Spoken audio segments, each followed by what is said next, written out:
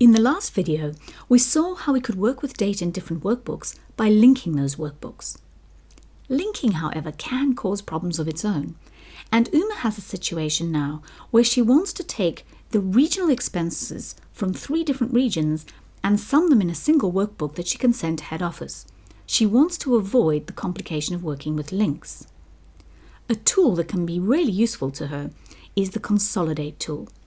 It can be found on the Data tab of the ribbon, in the Data Tools group, and you'll see the Consolidate tool.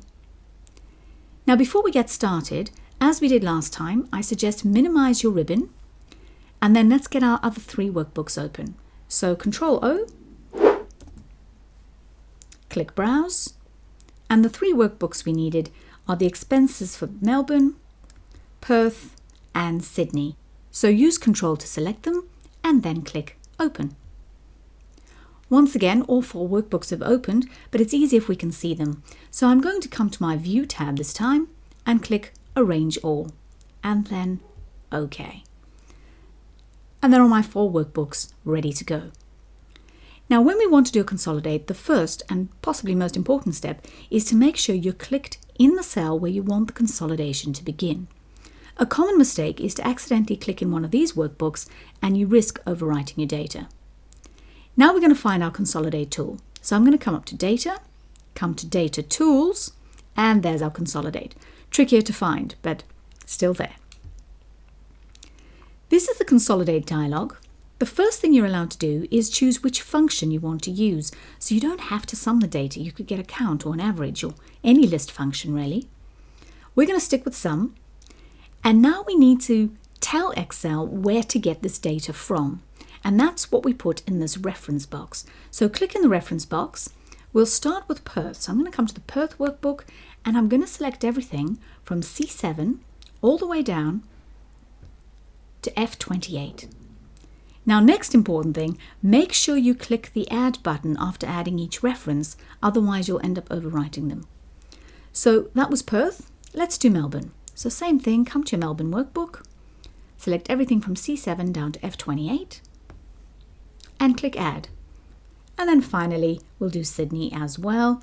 So everything from C7 down to F28, and click Add. We have now told Excel to add up the values from those 3 workbooks and place them into this one. So now we just press OK. And there is all of the data from those 3 workbooks added together into our new workbook. This is, however, a snapshot. If I click on one of the cells, you'll see no formula, simply the value at the time that the consolidation was run. What this means is if I come back to Perth and change my miles driven for Q1 to 1,741, this does not update. That said, once you've set up the consolidation, it actually remembers it and you can simply rerun it any time you need to.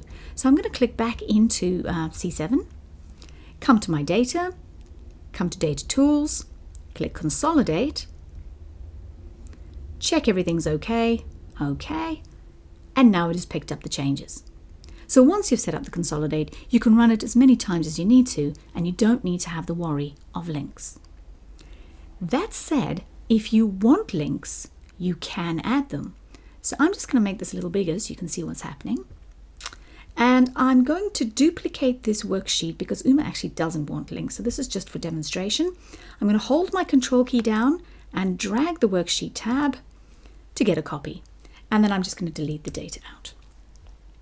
Now we're going to run exactly the same consolidation again. So Data, Data Tools, Consolidate. But this time I'm going to have a look at this little checkbox at the bottom called Create Links to Data Source. And I'm going to put a tick in that and say OK. Now at first glance, it looks like an identical consolidation. But have a look to the left and you'll notice gaps in the row numbers and these funny little pluses. What has happened is Excel has actually created an outline, and if I click on one of these pluses to expand it, you'll see it's actually pulled through each individual parking toll from each of the workbooks and then summed them up. So while the links is quite powerful, it is also a little bit messy, and you should be warned up front, you cannot undo a consolidation with links. So now if I needed to get rid of this outline, it's going to be a bit of a manual job.